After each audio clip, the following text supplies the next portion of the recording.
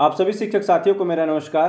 दोस्तों, निष्ठा के ऑनलाइन कॉम्पिटेंसी टेस्ट की तैयारी हम कर रहे हैं और ऐसे में 10 महत्वपूर्ण प्रश्नों का पार्ट 1 आपको मैं दे चुका हूं, जिसे आपने बहुत ही पसंद किया है।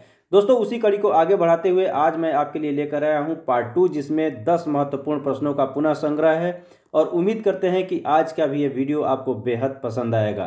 तो दोस्तों, चैनल पर नए हैं तो प्लीज़ मेरे चैनल को सब्सक्राइब कर लीजिएगा और इस तरह के वीडियो से अपडेट रहना चाहते हैं तो बेल आइकन को अवश्य प्रेस कर लीजिएगा। चलिए दोस्तों, आज का वीडियो शुरू करते हैं। चलिए दोस्तों, लेते हैं आज का पहला प्रश्न आपकी स्क्रीन पे। दूसरे व्यक्ति की भावनाओं को उसके किसी दृष्टिकोण से समझने की क्षमता कहलाती है मौखिक संप्रेषण, परानुभूति, सहानुभूति, इनमें से कोई नहीं। आप अपना करेक्ट आंसर दें दोस्तों। उम्मीद करते हैं आपने अपना करेक्ट आंसर चुन लिया होगा। आपका जो ऑप्शन नंबर 2 है वो करेक्ट आंसर होगा परानुभूति। दोस्तों, इसको दूसरे रूप में भी समझा जा सकता है। परानुभूति का अगर संधि विच्छेद करते हैं तो पर धन अनुभूति, इसका संधि विच्छेद होता है और ऐसे में पर मतलब होता है दूसरा और यहाँ बात हो रही है दूसरे व्यक्ति की भावनाओं की, तो इससे भी आप कैच कर सकते हैं कि आपका जो उपयुक्त विकल्प होगा वो होगा परानुभूति। नेक्स्ट, अपने विद्यार्थियों के गुणों और अवगुणों को पहचानने, उनकी योग्यता को जानने तथा मूल्यांकन के लिए शिक्षकों को निम्नलिखित में से कौन सहायक होता है? समानता, सामाजिकता, संवेदनशीलता, गुणवत्ता। करेक्ट आंसर दीजिए। उम्मीद करते हैं आपने सही विकल्प का चयन कर लिया होगा। आपका जो करेक्ट आंसर होगा दोस्तों वो होगा थर्ड विकल्प, संवेदनशीलता। दोस्तों, जिस शिक्षक के अंदर संवेदनशीलता उनके अंदर नहीं है तो वो निश्चित रूप से अपने विद्यार्थियों के गुणों अवगुणों को या फिर उनकी योग्यता को या फिर उनका मूल्यांकन वो नहीं कर सकते। इसलिए आपका जो करेक्ट आंसर होगा संवेदनशीलता, थर्ड विकल्प आपका सही होगा। नेक्स्ट,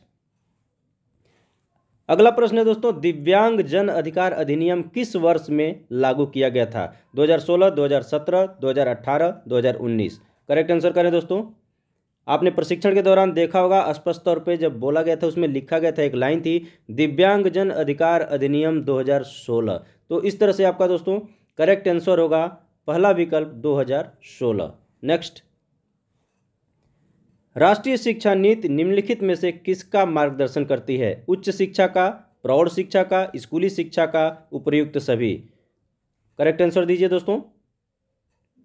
उम्मीद करते हैं आपने अपने करेक्ट आंसर का चयन कर लिया होगा। उपर्युक्त सभी चौथा विकल्प आपका सही होगा, क्योंकि दोस्तों जो राष्ट्रीय शिक्षा नीति होती है वो मार्गदर्शन देती है, तो उच्च शिक्षा हो या प्रौढ़ शिक्षा हो या स्कूली शिक्षा हो, इन सबको मार्गदर्शन देती है। इसलिए उपयुक्त तीनों विकल्प आपके सही होंगे। नेक्स्ट, आपके निष्ठा प्रशिक्षण में 18 मॉड्यूल थे, अंतिम मॉड्यूल का क्या नाम है? स्कूल में स्वास्थ्य एवं कल्याण, पाठ्यक्रम व समावेशी शिक्षा, शिक्षण सीखने में जेंडर आयामों की भूमिका, अधिकारों की समझ, यौन शोषण और पॉक्सो अधिनियम 2012। राइट आंसर करें दोस्तों। उम्मीद करते हैं आपने पहचान लिया होगा। आपका फोर्थ विकल्प सही है, अधिकारों की समझ, यौन शोषण और पॉक्सो अधिनियम 2012। ये आपका नंबर 18 यानी लास्ट जो मॉड्यूल था उसका यही नाम था। दोस्तों, एक सजेस्ट करना चाहेंगे आपको एक चीज़ कि आप शुरू के कम से कम 3 मॉड्यूल, बीच में 2 मॉड्यूल और लास्ट के 2 मॉड्यूल को निश्चित रूप से आप ध्यान में रखेंगे कि कौन कौन से ये मॉड्यूल हैं। हो सकता है कि इस तरह के प्रश्न आपकी परीक्षा में पूछे जा सकते हैं। नेक्स्ट, हर कक्षा के प्रत्येक विषय एवं पाठ के लिए बनाए गए लक्ष्य को क्या कहते हैं? पाठ्यक्रम, सीखने के संकेतक, सीखने के प्रतिफल, इनमें से कोई नहीं। राइट आंसर दें दोस्तों। उम्मीद करते हैं आपने राइट आंसर का चयन कर लिया होगा। हर कक्षा के प्रत्येक विषय एवं पाठ के लिए बनाए गए लक्ष्य, यानी दोस्तों आप लगातार लर्निंग आउटकम को पढ़ते आ रहे हैं, तो जो लक्ष्य आप निर्धारित करते हैं वही आपका लर्निंग आउटकम होता है। तो सीखने के प्रतिफल, इसी को कहते हैं हम लर्निंग आउटकम। ये आपका करेक्ट आंसर होगा थर्ड विकल्प। नेक्स्ट, निम्नलिखित में से सही क्रम को चुनें। दोस्तों, इसमें से सही क्रम आपको व्यवस्थित करना है। कौन सा सही क्रम में लिखा गया है? पहला है पाठ्यपुस्तक, पाठ्यक्रम, शिक्षा नीति, पाठ्यचर्या। दूसरा है पाठ्यचर्या, पाठ्यपुस्तक, शिक्षा नीति, पाठ्यक्रम। तीसरा है शिक्षा नीति, पाठ्यचर्या, पाठ्यक्रम, पाठ्यपुस्तक। और चौथा है पाठ्यक्रम, पाठ्यपुस्तक, पाठ्यचर्या और शिक्षा नीति। तो दोस्तों, उम्मीद करते हैं आपने करेक्ट आंसर चुन लिया होगा। आपका जो व्यवस्थित है दोस्तों इसमें वो है थर्ड विकल्प, शिक्षा नीति, पाठ्यचर्या, पाठ्यक्रम और पाठ्यपुस्तक। आप जानते हैं दोस्तों कि सबसे पहले राष्ट्रीय शिक्षा नीति बनाई जाती है और इसके आधार पे पाठ्यचर्या तैयार की जाती है। और इन पाठ्यचर्या के आधार पे ही पाठ्यक्रमों का निर्माण किया जाता है। और जब पाठ्यक्रम का निर्माण हो जाता है तो इन पाठ्यक्रम को पढ़ाने के लिए पाठ्य पुस्तकों का निर्माण किया जाता है। तो ये इसका सही क्रम है, थर्ड विकल्प आपका करेक्ट होगा। नेक्स्ट,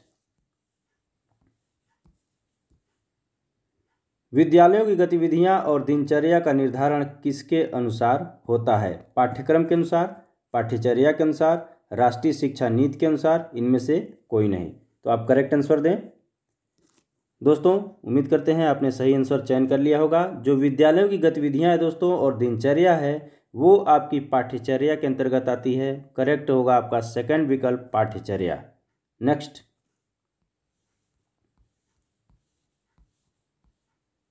चेहरे के हाव भाव किस संप्रेषण के अंतर्गत आता है? मौखिक, लिखित, गैर मौखिक, इनमें से कोई नहीं। तो दोस्तों ध्यान दीजिए, चेहरे के हाव भाव की बात की जा रही है। तो अगर हम ध्यान दें तो मौखिक क्या होता है, जो हम लोग बातचीत करते हैं वो मौखिक के अंतर्गत आता है, जो लिखते हैं वो लिखित के अंतर्गत आता है।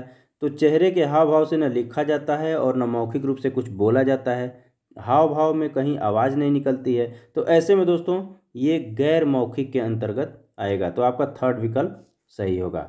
नेक्स्ट, निम्नलिखित में से किसे आप मौखिक संप्रेषण नहीं कहेंगे? स्वर, चेहरे का इंप्रेशन या हाव भाव जिसे कहते हैं आप, आवाज़, बातचीत करना। दोस्तों ये जस्ट इसके पहले वाला जो 9वां क्वेश्चन था उसी से रिलेटेड है, इस रूप में भी आपसे पूछा जा सकता है, इसलिए हमने इसको इसमें समाहित किया है। तो ध्यान दें दोस्तों, अगर इस पूरे प्रश्नों का PDF अगर आपको चाहिए तो वीडियो के नीचे डिस्क्रिप्शन बॉक्स में हमने लिंक दे दिया है अपने टेलीग्राम ग्रुप से जुड़ने का। वहाँ पे आप क्लिक करके अपने टेलीग्राम को प्ले स्टोर से डाउनलोड कर लीजिए और वहाँ उस लिंक के माध्यम से मेरे टेलीग्राम ग्रुप से जुड़ जाइए। वहाँ पे इसकी PDF हम आपको उपलब्ध करा देंगे, वहाँ से आप प्राप्त कर सकते हैं। तो दोस्तों चलिए इस प्रश्न का सही उत्तर करते हैं। उम्मीद करते हैं आपने चयन कर लिया होगा। चेहरे का इंप्रेशन यानी हाव भाव जो है ये आपका करेक्ट आंसर होगा, क्योंकि स्वर अगर करते हैं यानी आवाज़ करते हैं तो वो मौखिक संप्रेषण के अंतर्गत आएगा। आवाज़ होगी तो भी मौखिक संप्रेषण होगा, बातचीत करते हैं तो ये भी मौखिक संप्रेषण होगा। लेकिन अगर चेहरे का इंप्रेशन या हाव भाव अगर इंडिकेट करते हैं तो वो आपका जो है मौखिक संप्रेषण नहीं होगा। तो ये क्या होगा? जस्ट इसके पहले आपने पढ़ा था गैर मौखिक। तो ये आपका करेक्ट आंसर होगा इसमें सेकंड ऑप्शन। तो दोस्तों कैसा लगा ये वीडियो? अगर अच्छा लगा हो तो निश्चित रूप से लाइक कीजिएगा और चैनल पे नए हैं तो प्लीज़ मेरे चैनल को सब्सक्राइब कर लीजिएगा। तो मिलते हैं दोस्तों नेक्स्ट वीडियो में नेक्स्ट टॉपिक के साथ। तब तक के लिए नमस्कार।